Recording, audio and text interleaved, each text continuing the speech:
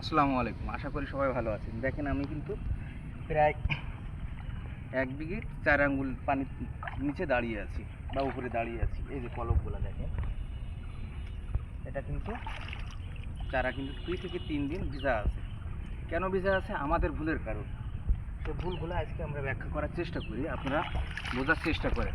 আমরা যখন ইউনিয়ন কাউন্সিলের বা টাকা পয়সার জন্য কিন্তু আমরা হচ্ছে ক্যানেল করার জন্য টাকা দিয়ে থাকে, সরকার বরাদ্দ দিয়ে থাকে, সেগুলো কিন্তু ন্যারো করে ফেলে। বা আমাদের জমি জায়গার সামনে কিন্তু অনেক জায়গা থাকে, সেগুলো আমরা কি করি, ভরাট করে ফেলাই, মাটি ভর্তি দিয়ে আমরা হচ্ছে গিয়ে আস্তে আস্তে ওই ক্যানেলগুলা বা হচ্ছে গিয়ে আমাদের যে সুরগুলা থাকে বা অনেক জায়গায় বলে ক্যানেল বা হচ্ছে গিয়ে চৌবাচ্চা, এইগুলা কিন্তু আমরা ন্যারো করে ফেলাচ্ছি বা মাটি দিয়ে ভরাট করে ফেলাচ্ছি। পানিগুলা নিষ্কাশনের জন্য কিন্তু আমরা সেটা পথ রাখতেছি না।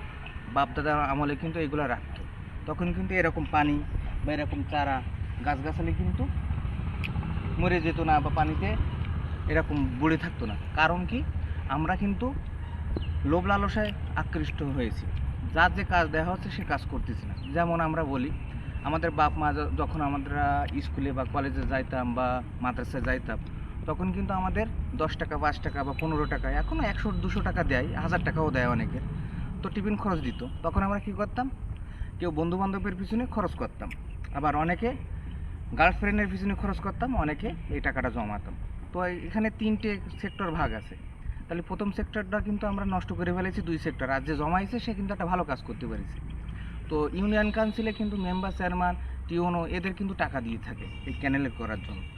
হয়তো বা কেউ কাজে লাগাচ্ছে, কেউ লাগাচ্ছে না, কেউ খেয়ে ফেলাচ্ছে, কেউ কিছু কাজ করেছে।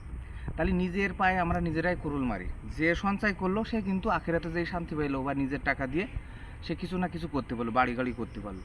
তো যে মেম্বার চেয়ারম্যানগুলো এই যে ক্যানেলগুলো নষ্ট করলো বা ঠিক মতন করতে পারলো না, তাদের ব্যর্থতার কারণে কিন্তু হাজার হাজার হেক্টর বিঘি জমি জায়গা কিন্তু নষ্ট হচ্ছে এই পানি বন্দি হয়ে।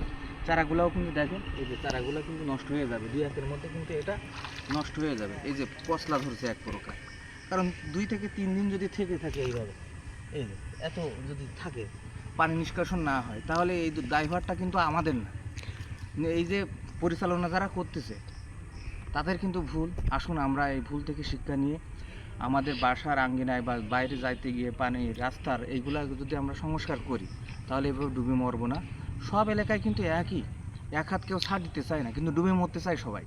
এটা মাথায় রেখে আমরা পরবর্তীতে ক্যানেলগুলো বাপদাদারা যেভাবে বড় বড় করে রাখছিল বা রাস্তার সাইডে করছিল, সেইগুলো আমরা আস্তে আস্তে ছেড়ে দিই।